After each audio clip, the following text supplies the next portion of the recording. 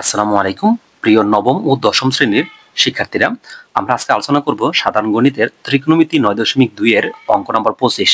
এই অঙ্কটা একটা সমাধান। এখানে বলছে থিতা সূক্ষ্মকোণ, শুধু থিতা মানগুলা যেগুলো সূক্ষ্মকোণ মানে 90 ডিগ্রির চেয়ে ছোট ওই মানগুলাই গ্রহণযোগ্য হবে। এটার অর্থ এরকম। এবার আসেন মাঝখানে ইকুয়াল আছে, প্রথমে বাদিয়া করব। তার মানে আমরা বলছিলাম এই জাতীয় অঙ্কগুলো সমাধান করতে গেলে সবগুলো একরকম করতে হবে। দেখেন এখানে আছে কস, এখানে আছে সাইন। তার মানে এখানে কস কে সাইন করা সম্ভব না, কারণ কি উপরে স্কোয়ার নেই। এখানে সাইন কে কস করা সম্ভব, কারণ উপরে স্কোয়ার আছে। তার মানে আমরা এখানে সাইন কে কি করব, স্কোয়ার কস করব। তার মানে এই 2 টিকে থাকবে। তাহলে সাইন স্কোয়ারের সূত্র হলো 1 মাইনাস আপনার 1 মাইনাস কস স্কোয়ার এসে থিতা, এটা ব্র্যাকেট দিয়ে দেন। আর আছে প্লাসে প্লাস এই 3 কস থিতা থিতা মাইনাস হলো 3 ইকুয়াল হলো 0। হ্যাঁ, এবার আপনি কি লিখবেন, এখন গুণ করবেন। 2 গুণ হবে 1 এর লগে 2 একে 2 মাইনাস 2 গুণ হবে কস স্কয়ার, 2 কস স্কয়ার থিতা, আর হচ্ছে প্লাসের 3 কস প্লাসের 3 কস থিতা মাইনাস হলো 3 ইকুয়াল হলো 0।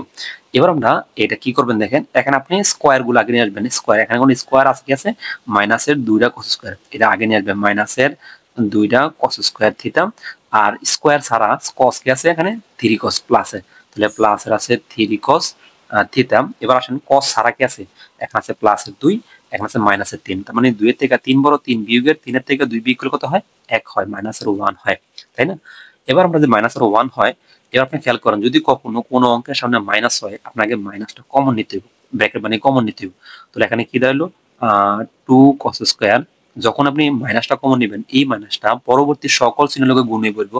তার মানে এই মাইনাসটা গুণ হবো এই প্লাসের লগে, মানে এখানে কি হয় প্লাসে মাইনাসে মাইনাস।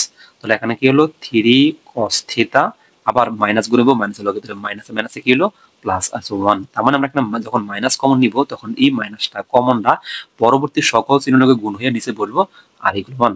তাহলে এখানে কিন্তু কোনো সংখ্যা নাই, তার মানে যেখানে কোনো সংখ্যা নাই বড় কত বোঝায়, 1 বোঝায়। তাহলে -1 এবং এই ব্র্যাকেটের সংখ্যাটার লগে কি সম্পর্ক, গুণের সম্পর্ক। হ্যাঁ, এবার আসেন আমরা কি করব।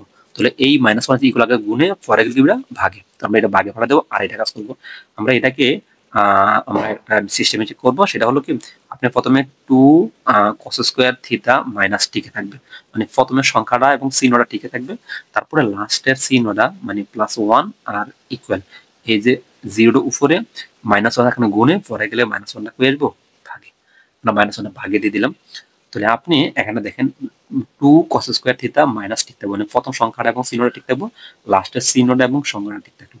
এবার দেখেন যদি প্রথমে কোনো সংখ্যা থাকে, তাহলে এই সংখ্যাটা মনে মনে গুণ হবে কার সঙ্গে, লাস্টের সংখ্যাটা লগে। তাহলে 2 গুণ হবে 1 লগে, 2 ওকে 2, আবার 2 এর বাংলা হয় 2 ওকে 2 এ হয়।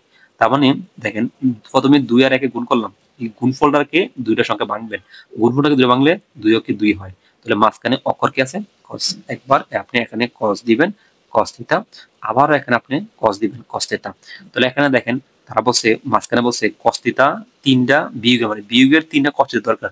তাহলে বিয়োগের লিখছে 2টা cos থিতা আর বিয়োগের একটা, তাহলে বিয়োগের 2টা বিয়োগের একটা, বিয়োগের হলো 3টা cos থিতা। তাহলে এবার আপনি যদি এটা দিয়ে থাকেন, এবার আসেন এটা এবার জোড়াতে কমন, এখানে দুটো কমন, এখানে 2 এখানে 2, তাহলে 2 কমন, এখানে cos একটা, এখানে cos হলো 2টা, তাহলে একটা করে cos কমন আসে cos থিতা। cos 2 2 কমন, cos হলো 2টা, একটা কমন নিয়েছি, এখানে আর করা কমন আছে, একটা কথা আছে, তার মানে cos থিতা। এই মানে মাইনাস, এখানে 2 কমন, cos কমন নিয়ে গেছি, কিছু নাই, কিছু না থাকলো 1। এই এরপরে মাইনাসের এই মাইনাস একটু ফাঁক দিবেন, ফাঁক দিয়ে প্রথম ব্র্যাকেটে যেটা আছে এটা লিখে দিবেন। তার মানে হচ্ছে cos থিতা -1, এবার ইকুয়াল এই 0 দ্বারা যারে ভাগ করেন কত হবে 0। এবার আপনি খেয়াল করবেন দ্বিতীয় যে রাশিটা, এই দ্বিতীয় জোড়াটা, এবার এইটা এর লগে মিলবে, এটা লগে মিলবে। দেখেন কি মিল আছে, cos cos মানে মিলে গেছে, আর বেশি কার আছে 1। দেখেন ঠিক আছে কিনা, গুণ করে মাইনাসের এই মাইনাস, cos ওকে cos, তারপরে মাইনাস মাইনাসে প্লাস, এককে 1, তাহলে ঠিক আছে।